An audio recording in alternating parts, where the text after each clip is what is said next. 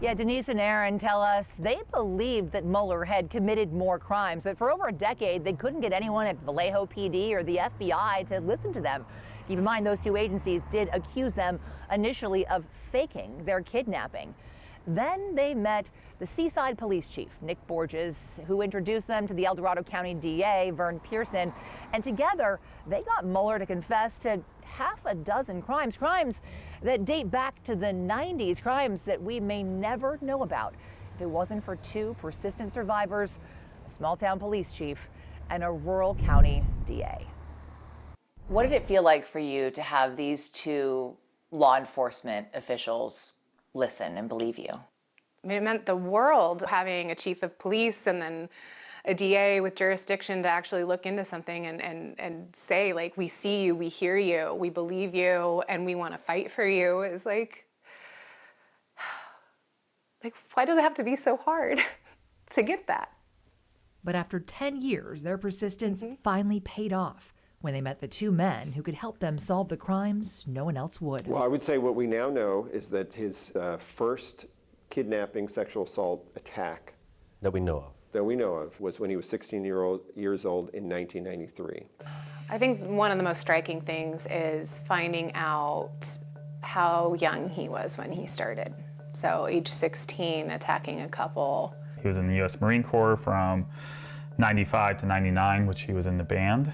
Went to Harvard Law School. And that's where investigators say he began his home invasions, sneaking into apartments while women were in the shower, planting cameras in bathrooms and recording neighbors through their windows. And then assault and attempted rape in Mountain View in 2009, and again a few weeks later in Palo Alto.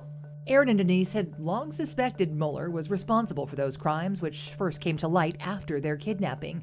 But the crimes became cold cases until they befriended Chief Borges, who, after talking with Aaron and Denise, ultimately got Muller to confess to those crimes in a letter. When I got these declarations, I just couldn't believe what I was reading. And the predatory behavior didn't end there. After the written confession, Pearson and an FBI agent flew out to interview Muller in person, where he confessed to even more crimes. Peeping Tom and prowler activity on Mare Island, just a few blocks from where I live. And that's when their American nightmare began. The home invasion happened March 23rd, 2015. Denise was released March 25th. Vallejo PD did a press conference that evening. Mr. Quinn and Ms. Huskins has plundered valuable resources away from our community and has taken the focus away from the true victims of our community while instilling fear amongst our community members. We know of a home invasion now in Contra Costa, or in April of 2015. Just two weeks after I was released. The amount of coverage that our case had, just 2 weeks later, he's willing to do a very similar thing. It shows you how brazen and emboldened he was. And then there was another home invasion in Dublin in June of 2015. And we would not know most of this were it not for two survivors, a small-town police chief and a rural county DA. What does that say about perseverance? I don't think I can speak. I'm gonna get too emotional. Yeah. This has been hard.